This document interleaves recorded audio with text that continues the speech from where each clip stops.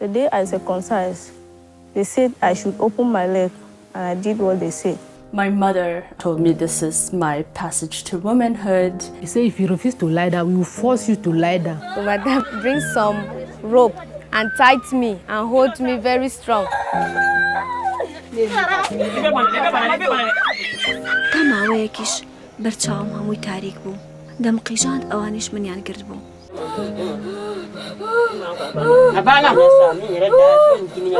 I could feel the blade cutting. With every cut, I was struggling. When I was shouting because the pain was too much.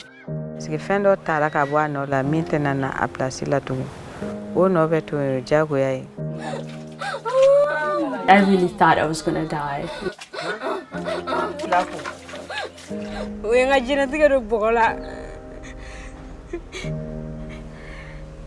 They say it's tradition. Which type of tradition?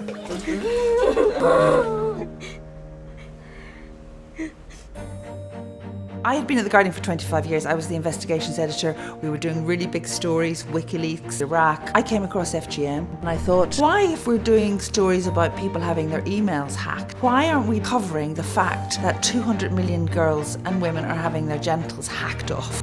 So we set up the Global Media Campaign, and our first backer was the UN Secretary General, who launched us in Nairobi.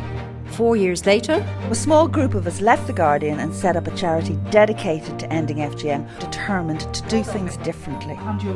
Attends, juste quand est-ce que vous allez partir? There's a huge anger in the activist community fighting FGM because the millions, and there is millions, that has been spent on FGM, it's not reaching them. What we do with the Global Media Campaign is reverse that.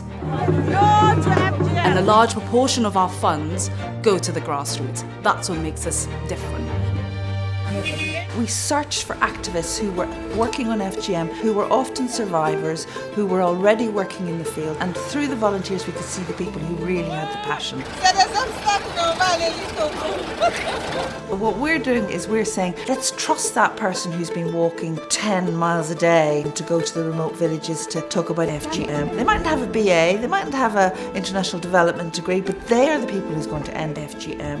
Many people respect religious leaders, and I know for sure if religious leaders can stand up with us, this thing will be a history.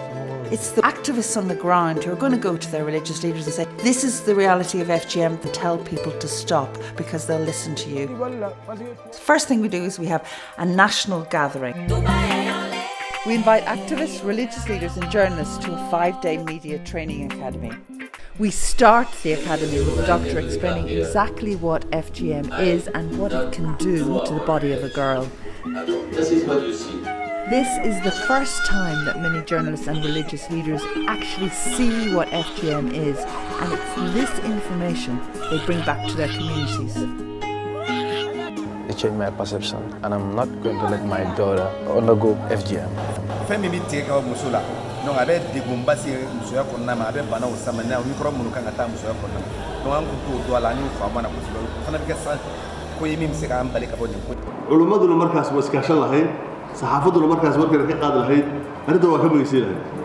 The media can be revolutionary, and the moment, it's here, it's now.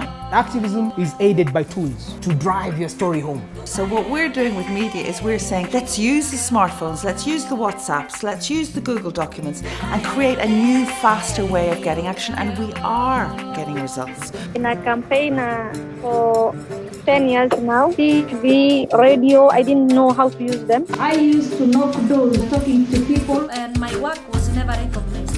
But now I can say I'm very confident. I've amplified my work through social media, Twitter, WhatsApp, Facebook. I've seen a lot of changes in my community since I've begun engaging with the religious leaders. Muslim leaders have delinked the Islamic religion from female genital mutilation, saying the act is sinful. The circumcision of women is not allowed in Islam. Many people are getting the message clearly.